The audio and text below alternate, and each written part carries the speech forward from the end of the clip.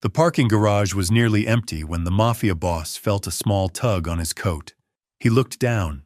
A little girl stood there barefoot, shaking, eyes red like she'd been crying for hours. Before he could speak, she leaned closer and whispered something so quietly it was almost lost to the echoing concrete walls. "He's not my dad." The words hit harder than a gunshot. Behind her, a man stepped forward too quickly, too tense, smiling when he shouldn't have been. "That's my daughter," the man said, reaching for her wrist. "She gets confused." The girl flinched. The Mafia boss didn't move. He just glanced at the exit ramp ahead, then calmly shifted his body, blocking the only way out. His men noticed immediately. Engines cut. Doors locked. The air changed. The little girl's fingers tightened around his sleeve as she whispered again, voice breaking, "Please don't let him take me." In that moment, the most dangerous man in the city knew this wasn't a misunderstanding. It was a rescue. Stay with me until the end, because what the Mafia boss uncovers next will expose a truth so dark, no one walks away unchanged. Before we begin, don't forget to like this video, hit subscribe, and comment where you're watching from. Now, let's get into it. Vincent Torino had earned his reputation through decades of calculated violence and unwavering loyalty to his organization. At 58 years old, he commanded respect through presence alone. His salt and pepper hair was always perfectly styled, his Italian suits tailored to perfection, and his steel-gray eyes missed nothing. When Vincent entered a room, conversations stopped. When he spoke, people listened. When he made a decision, it became reality. But standing in that underground parking garage beneath the Meridian shopping complex at 11:30 on a Tuesday morning, Vincent found himself in uncharted territory. The concrete walls amplified every sound. The fluorescent lights cast harsh shadows that made everything feel cold and clinical. This was supposed to be a simple meeting, a routine collection, the kind of business transaction that kept his organization running smoothly. Instead, he was staring down at a child who couldn't have been more than 7 years old, her dark hair tangled and unwashed, wearing a pink dress that was 2 sizes too big and covered in stains. Her small feet were bare against the cold concrete, and she was trembling not just from fear, but from the chill of the underground garage. The man claiming to be her father was nervous in all the wrong ways. Vincent had spent 35 years reading people, separating truth from deception, identifying threats before they materialized. This man's anxiety wasn't paternal concern. It was the desperate energy of someone caught in a lie. "Come on, sweetie," the man said, his voice artificially cheerful as he reached for the girl again. "Daddy needs to get you home. Mommy's waiting." The girl pressed closer to Vincent, her tiny hand clutching his expensive wool coat with surprising strength. She shook her head frantically, tears streaming down her dirt-smudged cheeks. "No, no, no," she whispered. "Mommy's gone. He said Mommy's gone." Vincent's jaw tightened. Behind him, his 3 associates had already moved into position without being told. Tony Marcelli, his lieutenant for over 15 years, had positioned himself near the elevator doors. Frank DeMarco covered the stairwell access. Bobby Santangelo had moved toward the ramp, cutting off any escape route to the street level. These men had followed Vincent through gang wars, federal investigations, and territorial disputes. They'd seen him order executions without blinking, negotiate million-dollar deals over dinner, and eliminate threats with surgical precision. But they'd never seen their boss kneel down to eye level with a terrified child. "What's your name, little one?" Vincent asked softly, his voice carrying none of the menace that had intimidated countless adversaries. "Emma," she whispered, barely audible. "Emma Rose Patterson." Vincent's eyes never left hers as he asked the next question. "Where do you live, Emma?" Before she could answer, the man stepped forward aggressively. "Listen here. This is my kid. And I don't know who you think you are, but you need to mind your own business. We're leaving now." Vincent stood slowly, his full 6'2" frame unfolding like a predator rising to meet a challenge. The temperature in the garage seemed to drop 10 degrees. When he turned to face the man, his expression was deadly calm. "I don't believe we've been introduced," Vincent said, his voice carrying the quiet authority that had commanded criminal enterprises across 3 states. "Vincent Torino. And you are?" The man's face went pale as recognition dawned. Everyone in the city knew that name. Vincent Torino wasn't just any organized crime figure. He was the head of the most powerful family on the East Coast, a man whose word was law in the underworld and whose reach extended into legitimate businesses, political circles, and law enforcement agencies. I'm David," the man stammered, his artificial confidence crumbling. "David Patterson. This is really just a family matter. My daughter sometimes gets confused when she's tired." Vincent's eyes narrowed as he processed the inconsistency. The girl had said her name was Emma Rose Patterson, but something about this man's claim didn't add up. The way he'd hesitated before giving his name, the way he'd positioned himself between the child and the exit, the way Emma had recoiled when he reached for her. "Emma," Vincent said, kneeling down again while keeping his eyes on the man. "Can you tell me your daddy's name?" "Michael," she said without hesitation. "Daddy's name is Michael, and he has brown hair, and he reads me stories about princesses, and he makes pancakes that look like Mickey Mouse." The man calling himself David had blonde hair and carried himself like someone who'd never read a bedtime story in his life. Vincent's hand moved almost imperceptibly toward his jacket, a gesture his men recognized immediately. The sound of car doors closing echoed through the garage as additional vehicles arrived at the upper level. "Interesting," Vincent said, his voice dropping to barely above a whisper. "Because you just told me your name was David Patterson." The man's eyes darted toward the exit ramp, calculating distances and escape routes. But Vincent's men had already eliminated every option. The garage had become a tomb, and Vincent Torino held the only key. Emma tugged on Vincent's coat again, her small voice carrying a desperation that cut through the tension like a blade. "He took me from the park. He said Mommy sent him, but Mommy would never send a stranger. Mommy always picks me up herself." Vincent's blood ran cold as the pieces began falling into place. This wasn't a custody dispute or family drama. This was an abduction in progress, and somehow fate had placed him directly in its path. The man's hand moved toward his pocket, but before he could complete the motion, Vincent's voice cut through the air like a whip. "I wouldn't." 3 guns appeared simultaneously as Vincent's men responded to the implied threat. The man froze, his face now completely drained of color as he realized the magnitude of his situation. Vincent's eyes swept the garage, cataloging every detail with the precision of a man who'd survived 3 decades by noticing what others missed. The man's rental car had mud on the license plate, deliberately obscuring the numbers. His clothes were wrinkled like he'd slept in them. Most telling of all, his shoes were wrong. Expensive Italian leather, spotless and new, completely out of place with his disheveled appearance. Professional kidnappers didn't usually wear $1,000 shoes. "Tony," Vincent said without taking his eyes off the man. "Call Detective Morrison. Tell him we have a situation that requires immediate attention." Emma's grip on his coat tightened. "Are you really going to help me?" Vincent looked down at her, seeing something in those frightened eyes that reminded him of his own daughter at that age. Sophia had been Emma's size when she'd first called him daddy, when she trusted him to protect her from the monsters that lived in closets and under beds. Before leukemia took her away when she was only 9 years old. "Yes, little one," he said softly. "I'm going to help you." The man calling himself David was sweating now despite the cool temperature. "Look, there's been a misunderstanding here. I can explain everything. Maybe we can work something out." Vincent's expression didn't change. "I'm listening. The thing is, I was hired to pick her up. Her mother, she's in some trouble, owes money to some very dangerous people. She asked me to keep Emma safe until she could sort things out."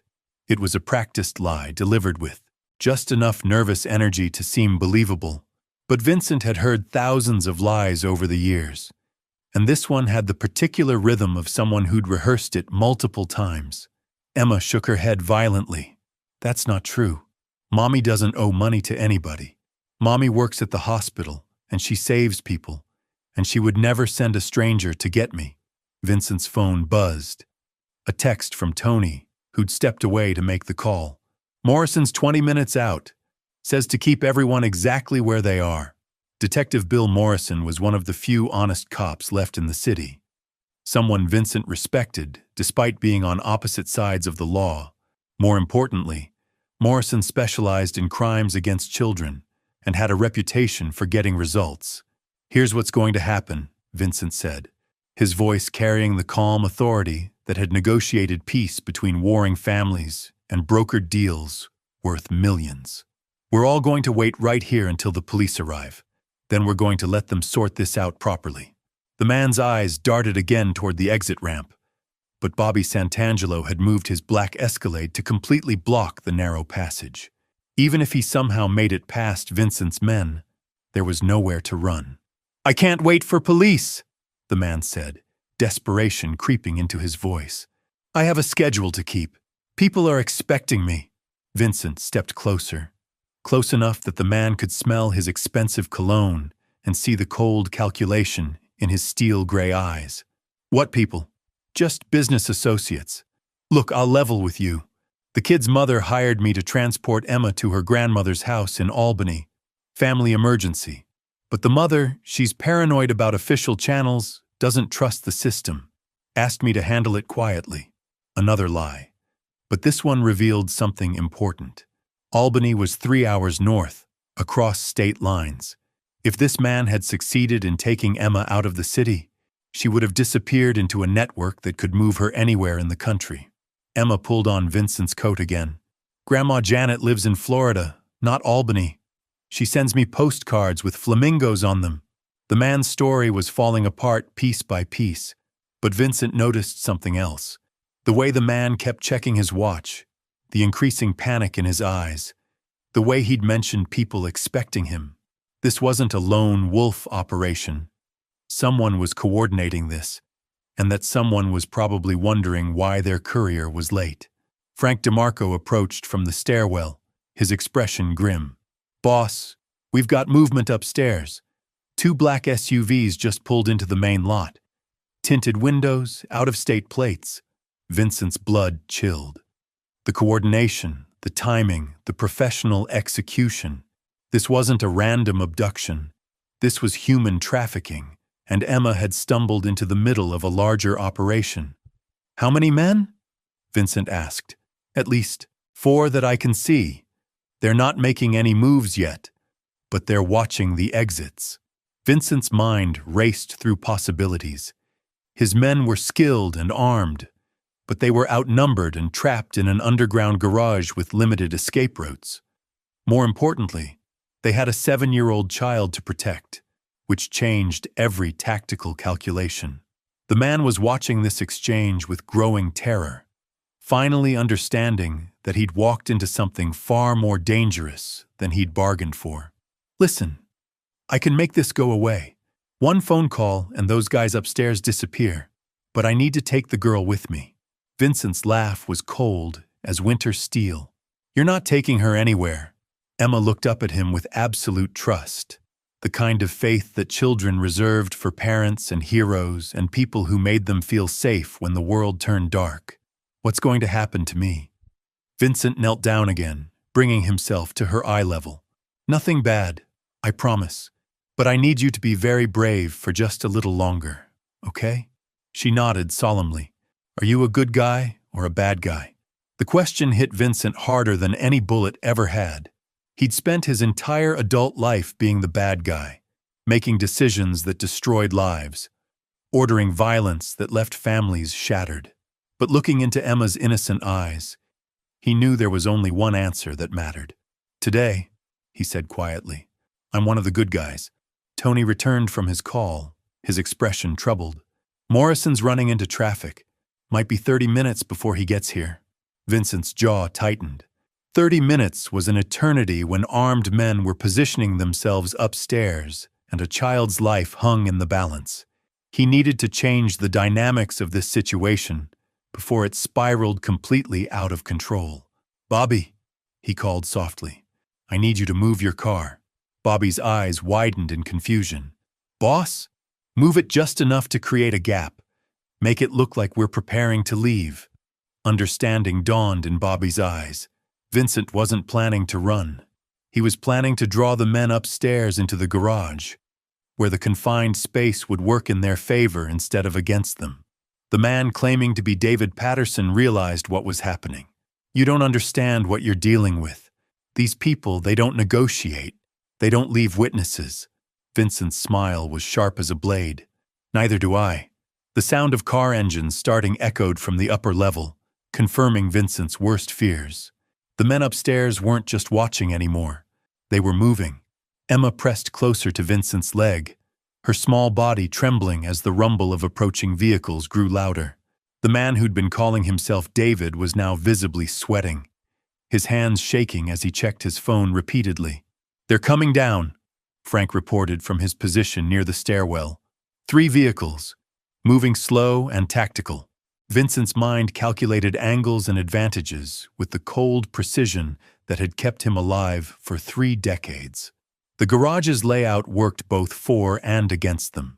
Limited escape routes meant they were trapped, but it also meant the approaching vehicles would have to funnel through narrow passages, eliminating their numerical advantage. "Tony, kill the lights," Vincent ordered quietly. The garage plunged into near darkness, broken only by the emergency lighting that cast eerie shadows across the concrete pillars. Emma whimpered softly, and Vincent placed a reassuring hand on her shoulder. "It's okay, little one. We're just evening the odds." The first black SUV emerged from the ramp, its headlights cutting through the darkness like searchlights. Vincent could see armed figures through the tinted windshield, professional operators who moved with military precision. The man beside them was now openly panicking. "You don't understand," he hissed. "These aren't just criminals. They're part of something bigger, international. They have resources, connections, people in law enforcement." Vincent's eyes never left the approaching vehicles. "So do I." The lead SUV stopped 50 feet away, its engine idling ominously in the confined space.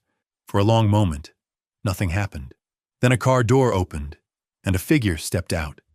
Even in the dim light, Vincent could see this wasn't some street-level thug. The man was well-dressed, moved with confidence, and carried himself like someone accustomed to command. When he spoke, his accent was faintly European, cultured but with an edge of steel. "Mr. Torino," the man called out, his voice echoing off the concrete walls. "I believe there's been a misunderstanding. We're simply here to collect what belongs to us." Vincent's blood turned to ice. Emma wasn't just a random abduction victim. She was merchandise to these people, property to be bought, sold, and transported across international borders. "Nothing here belongs to you," Vincent replied, his voice carrying across the garage with deadly calm. The man stepped forward slightly, still keeping his distance but making his presence known. "The child was purchased and paid for. We have documentation, contracts, legal arrangements. This is simply a business transaction." Emma's grip on Vincent's coat tightened to the point where her knuckles were white. She understood enough to know these men were talking about her like she was an object, a commodity to be traded. "Purchased from whom?" Vincent asked, though he suspected he already knew the answer. "Her mother, naturally. Maria Patterson, a nurse at St. Mary's Hospital who found herself in significant debt to some very unforgiving creditors. She made a choice to settle that debt in the most practical way available." Vincent felt Emma's small body go rigid against his leg. The child's whispered no was barely audible, but it carried the weight of a world collapsing. The man claiming to be David Patterson finally found his voice. "Look, I was just supposed to transport her. I don't know anything about sales or contracts. I was told this was temporary, just until her mother could pay back what she owed." The European man's laugh was cold and mechanical. "Mr. Patterson, you were told what you needed to be told to ensure compliance. Nothing more." Vincent's jaw clenched, as the full scope of the operation became clear. Emma's mother hadn't hired anyone to protect her daughter. She'd sold her to human traffickers to pay off debts, probably gambling or drugs. The fake David Patterson was just a courier, hired to move Emma from point A to point B without asking questions. "How many others?" Vincent asked quietly. "I beg your pardon? How many other children have you purchased? How many families have you destroyed?" The European man's smile was barely visible in the dim light, but Vincent could hear it in his voice. "Mr. Torino, you're a businessman. You understand supply and demand, market forces, profit margins. We provide a service to people who find themselves in impossible situations. Everyone benefits." Vincent's hand moved slowly toward his jacket, a motion his men recognized and mirrored. The air in the garage became electric with tension. Everyone except the children. The children are well cared for. They're placed in homes with families who desperately want them, who can provide opportunities their birth parents never could. It's really quite humanitarian when you consider the alternatives. Emma's whispered voice cut through the lies like a knife. "I want my mommy." The simple statement, spoken with the heartbreaking honesty of a 7-year-old, shattered any pretense of legitimacy the operation might have claimed. Vincent looked down at her, seeing not just Emma but every child who'd been stolen, sold, and shipped across borders like cargo. "Mr. Torino," the European man continued, his patience beginning to show cracks, "you're interfering with a legal business transaction. I suggest you step aside and allow us to complete our arrangements." Vincent's response was delivered with the quiet menace that had terrified criminal organizations across 3 states. "I suggest you get back in your vehicles and drive away, while you still can." The man's composure finally slipped. "You're outnumbered and outgunned. You have nowhere to run and no backup coming. Be reasonable." Vincent's smile was sharp enough to cut glass. "You clearly don't know who you're dealing with." As if summoned by his words, the sound of additional vehicles echoed from the upper levels. Heavy engines, multiple units, moving with purpose and coordination. The European man's head snapped toward the sound, confusion replacing confidence. "Expecting someone?" Vincent asked casually. Detective Morrison's voice crackled through a megaphone from somewhere above. "This is the NYPD. The building is surrounded. All vehicles in the parking garage are to remain stationary." The European man's face went white as he realized the trap he'd walked into. Vincent Torino hadn't just been protecting one child. He'd been buying time for law enforcement to position themselves for a coordinated takedown of an international trafficking operation. Frank DeMarco appeared from the stairwell, no longer hiding his position. "Boss, Morrison's got 20 officers up there, plus federal agents. Looks like this became a joint task force operation real quick." Vincent knelt down beside Emma, whose eyes were wide with a mixture of fear and amazement. "Remember when you asked if I was a good guy or a bad guy?" She nodded solemnly. "Sometimes being a good guy means knowing the right bad guys to call." The European man was now speaking rapidly into a phone, trying to coordinate an escape that was no longer possible. His carefully planned operation had collapsed the moment Vincent Torino decided to block that exit ramp. "You set us up," the fake David Patterson said, his voice filled with disbelief. Vincent stood slowly, his full height casting a long shadow across the garage floor. "I protected a child. Everything else was just business." The sound of tactical boots echoed from multiple directions as law enforcement units moved into position. The European man made one last desperate attempt to salvage the situation. "Mr. Torino, we can negotiate. Financial compensation for your trouble. A percentage of future operations. This doesn't have to end badly for anyone." Vincent's laugh was genuinely amused. "You're trying to bribe me with money made from selling children?" Emma tugged on his coat again, looking up with the kind of trust that could break a man's heart and rebuild his soul simultaneously. "What happens now?" Vincent's voice softened as he answered her. "Now the good guys win." Detective Morrison's voice boomed through the garage as tactical lights flooded the space. All subjects remain stationary, weapons on the ground, hands visible. The European man's shoulders sagged in defeat as he realized his operation was finished. Years of planning, millions in investments, carefully cultivated networks of corruption and coercion, all undone by a 7-year-old girl who'd been brave enough to ask a stranger for help. Vincent's men holstered their weapons and stepped back, allowing law enforcement to take control of the scene. As federal agents moved in to secure the trafficking suspects, Vincent felt Emma's small hand slip into his. "Thank you," she whispered. Vincent squeezed her hand gently. "Thank you for being brave enough to ask." Detective Morrison approached, his expression grim but satisfied. "Vincent, hell of a thing you stumbled into here." "Hell of a thing that stumbled into me," Vincent corrected. Morrison knelt down to Emma's level, his voice gentle and professional. "Hi, Emma. I'm Detective Morrison. We're going to take you somewhere safe while we sort all this out, okay?" Emma looked up at Vincent with uncertainty. "Will I see you again?" Vincent's throat tightened as he answered. "When this is all over, when you're safe with people who love you properly, maybe we'll cross paths again." As federal agents led the trafficking suspects away in handcuffs, Vincent watched Emma walk hand in hand with a victim services coordinator toward the elevator. She turned back once to wave at him, and Vincent felt something shift inside his chest. For 35 years, he'd been the man parents warned their children about.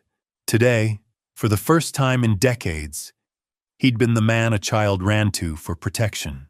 Detective Morrison approached him again as the scene wound down. "The feds are going to want to debrief you. This trafficking ring, it's bigger than just local operations.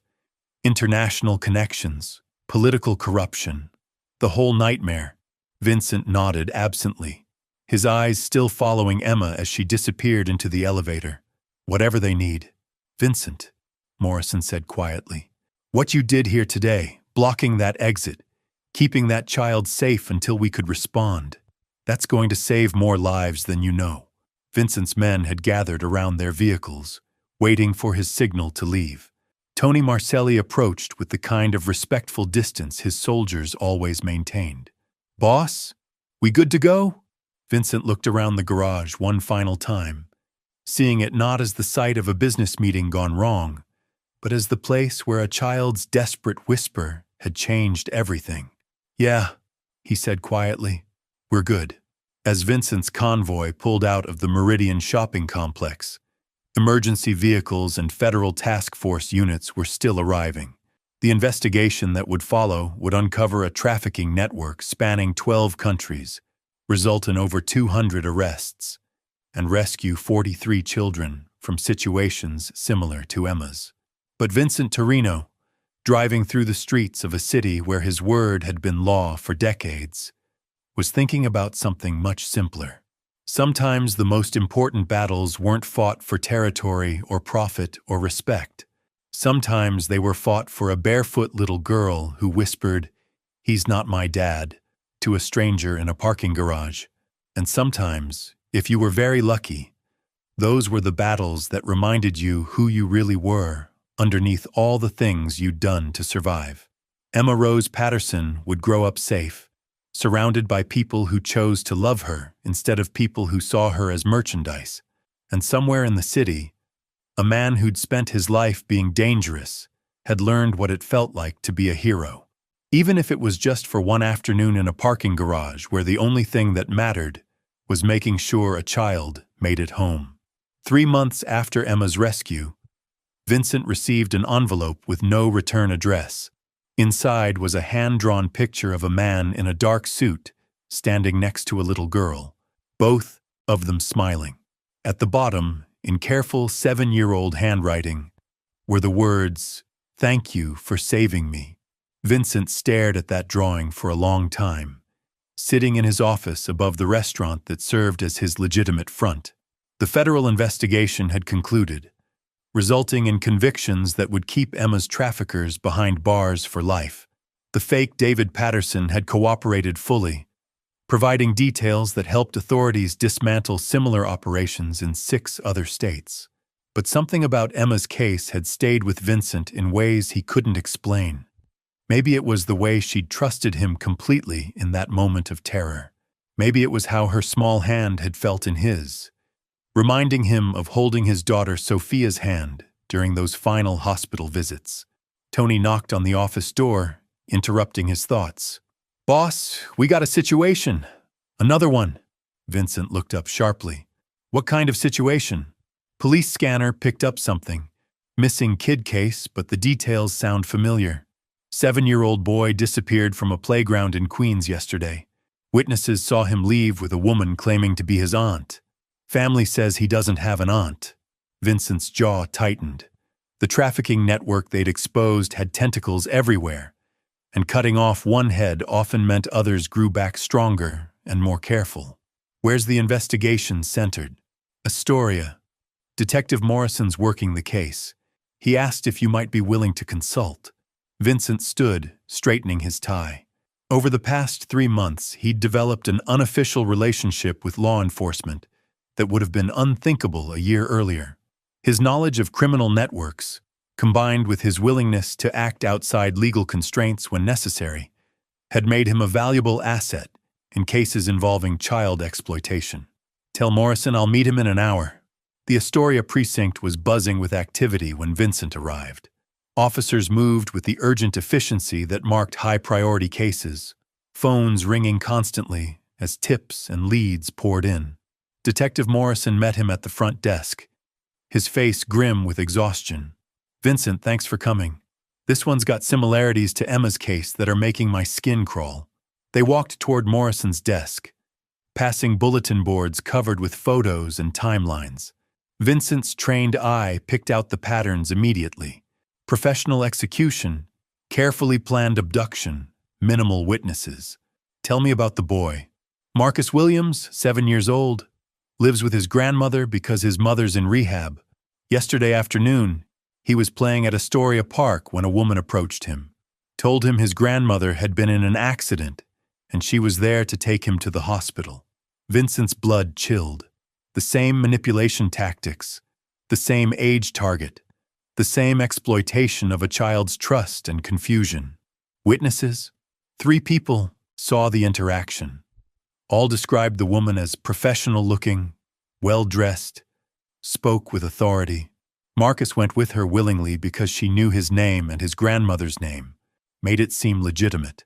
Morrison handed Vincent a file folder containing witness statements and security camera footage.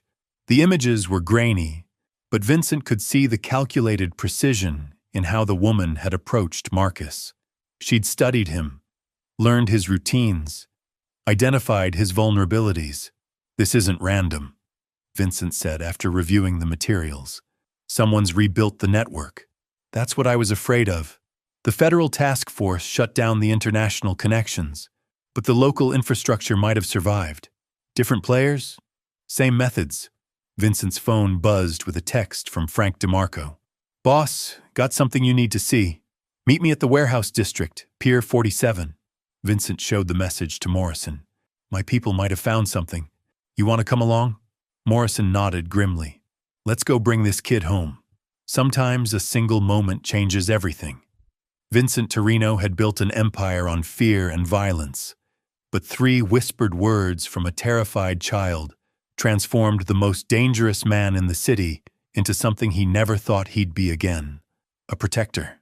Emma's rescue exposed an international trafficking network and saved dozens of children.